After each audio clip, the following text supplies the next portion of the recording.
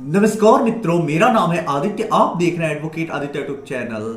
आज आप लोगों के लिए मैं बहुत ही ज्यादा प्रैक्टिकली वीडियो लेकर आया हूं। आज मैं आपको हिंदू मैरिज एक्ट की धारा 9 का जो डार्क रियलिटी है उसके बारे में आपको बताऊंगा।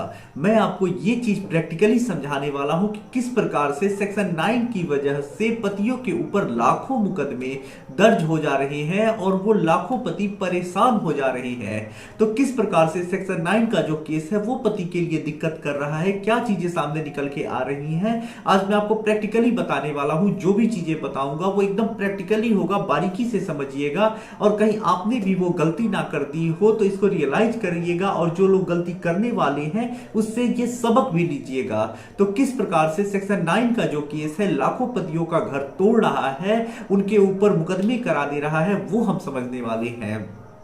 वीडियो में आगे बढ़ने से पहले मैं आपसे एक महत्वपूर्ण बिंदु पे चर्चा कर लेना चाहता हूं। मेरी एक किताब पब्लिश हुई है जिसका नाम है legal guide for husband in matrimonial cases. इस किताब का जैसा नाम ही है वैसा ही इस किताब का उद्देश्य भी है। इस किताब में आपको मैट्रिमोनियल केस से संबंधित बहुत अच्छी जानकारी मिल जाएगी, जैसे कैसे मुकदमा लड़ना है, कैसे बचाव करना है, कैसे प्रक्रिया चलेगी, कैसे डिस्चार्ज होंगे, किस प्रकार से आप अपने सेक्शन 9 के केस में जीत हासिल करेंगे, कैसे डिवोर्स लेंगे, कैसे मेंटेनेंस और 125 सीआरपीसी डीवी एक्ट ये सब केस खारिज करा करके आप मेंटेनेंस देने से बचेंगे, कैसे ड्राफ्टिंग करेंगे, कैसे क्रॉस केस दर्ज कराएंगे, सारी चीजें समझ सकती हैं। तो यदि आप इस किताब को बाई करना चाहते हैं तो किताब का जो मूल्य है वो 600 रुपए है, जिसमें 100 रुपए कोरियर चार्ज है। किताब को बाई करने के लिए व्हाट्सएप पर मैसेज करिएगा। अब देखिए, हम जो चीजें आपको बताने वाले हैं वो एकदम प्रैक्टिकली बताएंगे। तो देखिए, नॉर्मली होता क्या है कि पति पत्नी के मध्य थोड़ा बहुत कुछ विवाद हो जाता है, जिसकी वजह से पत्नी जो होती है वो गुस्सा करके मायके चली जाती है और वहां रहने लगती है। जब पत्नी 10 दिन 12 दिन 15 दिन 20 दिन नहीं आती है पति के घर, पति कहता है कि आओ मेरे साथ रहो, तो पत्नी आती ही नहीं है। उसके बाद पति सोचता है कि तुम नहीं आ रही हो, अब मैं तुमको दिखाऊंगा और तुम्हारे विरुद्ध केस करूंगा। अब पति क्या करता है कि कोर्ट कचहरी के चक्कर लगाने लगता है, वकील के पास चला जाता है। अब देखिए, अपने विवेक से पति काम नहीं लेता है, बल्कि अब वो वकील के विवेक से काम लेना शुरू कर देता है। तो गलती क्या करता है, मैं एक खुद वकील हूं, इस चीज को जो मैं आपको बता रहा हूं एकदम प्रैक्टिकली बता रहा हूं, इसे समझिएगा क्यों गलतियां होती हैं और लाखों केसेस जो है वो किस वजह से पति के ऊपर दर्ज हो जा रहे हैं, उसे समझिएगा बारीकी से। तो देखिए, अब पति क्या कर रहा है कि एक वकील के पास चला जा रहा है। अब वकील देखिए ये समझा दे रहा है कि तुम्हारी जो पत्नी है वो अगर तुम्हारे साथ नहीं रह रही है तो तुम ऐसा करो, तत्काल उसके ऊपर हिंदू विवाह अधिनियम की धारा 9 के अंतर्गत केस कर दो। जब केस कर दोगे तो पत्नी तुम्हारा हाथ जोड़ने लगेगी, माफी मांगने लगेगी और काफी ज्यादा डर जाएगी, परेशान हो जाएगी और मजबूरन तुम्हारे साथ रहेगी या तुमको डाइवोर्स देकर अलग हो जाएगी।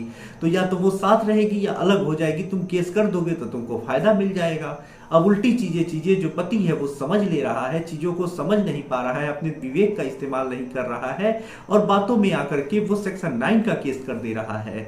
अब जब पत्नी के पास उस केस का नोटिस जा रहा है तो वो तुरंत जा करके वो एक वकील से मिल रही है या जो भी लोग हैं उनसे मिल रही है। वो लोग बता दे रहे हैं कि अरे तुम्हारे पति ने तो तुम्हारे विरुद्ध केस कर दिया, तुम बैठी ही रह गई, तुमने कुछ किया ही नहीं, तुम्हारे विरुद्ध तो तुम्हारे पति ने जाकर के ये केस कर दिया है। अब तुम क्या करोगी, अब तो तुम परेशान हो जाओगी, वो डिवोर्स ले लेगा, तुमको मेंटेनेंस नहीं देगा, अपने घर में नहीं रखेगा, दूसरी शादी कर लेगा, तो तुम कहीं की नहीं बचोगी।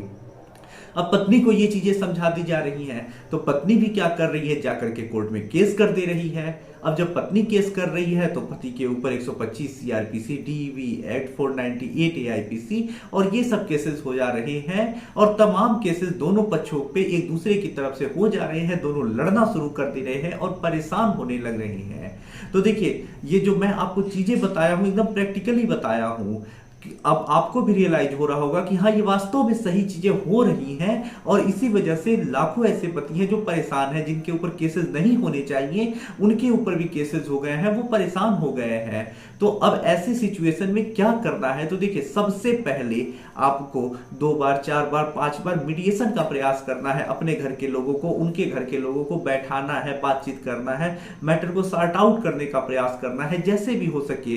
कभी कभी ऐसा होता है पंचायत में लोग बैठ बैठ करके, आपस के घर के लोग बैठ करके ये एक सेटलमेंट कर लेते हैं कि चलो पति पत्नी साथ रहेंगे और दोनों एक साथ जाकर के रहेंगे, या फिर चलो जो भी चीजें हुई उसे खत्म करो, ले दे के फाइनल करो, अपना सामान उसका सामान ले दे के खत्म कर दो। तो इस प्रकार से अगर करते हैं तो आपको सफलता मिल सकती है और आप कोर्ट कचहरी के चक्कर लगाने से बच सकती हैं। लेकिन अगर आप बिना सोचे समझे जाकर के इस प्रकार से सेक्शन 9 का मुकदमा दर्ज कराते हैं तो ये आपके लिए एक बड़ी मुश्किल बन सकता है और आप परेशान हो सकते हैं। तो ऐसे में आपको जाकर के बिना सोचे समझे सेक्शन 9 का मुकदमा नहीं दर्ज कराना है, इससे कोई फायदा नहीं होने वाला है, बल्कि आप परेशान हो जाएंगे। पहले आपको मीडिएशन का प्रयास करना है, बातचीत करके हल निकालना है। जब नहीं निकलता है तो एकदम लास्ट जो रास्ता है वो आपको मुकदमे के चक्कर में पड़ना है और केस कचहरी और कोर्ट के चक्कर में पड़ना है। अन्यथा ऐसे आपको बेवजह जाके छोटी छोटी बातों के लिए जाकर के मुकदमा नहीं करना चाहिए, नहीं तो आप परेशान हो जाएंगे और आपको काफी दिक्कतों का सामना करना पड़ जाएगा। तो प्रैक्टिकली चीजें मैंने आपको बताई। इस प्रकार के अन्य जानकारी के लिए या फिर किसी कानूनी सलाह के लिए आप मुझसे कॉल पे बात कर सकती हैं। मेरा व्हाट्सएप नंबर आपको स्क्रीन पे दिखाई दे रहा होगा, जिस पे अपॉइंटमेंट बुक करके आप मुझसे कॉल पे बात कर सकते हैं। आशा कर रहा हूँ वीडियो जानकारी आपको काफी ज्यादा पसंद आई होगी। वीडियो पसंद आया हो तो वीडियो को लाइक करें, दोस्तों के साथ शेयर करें और यदि आप चैनल पर नए हैं तो चैनल को सब्सक्राइब करके बेल आइकन को दबाएं। मिलते हैं नए वीडियो के साथ अगले दिन, तब तक के लिए जय हिंद, जय भारत।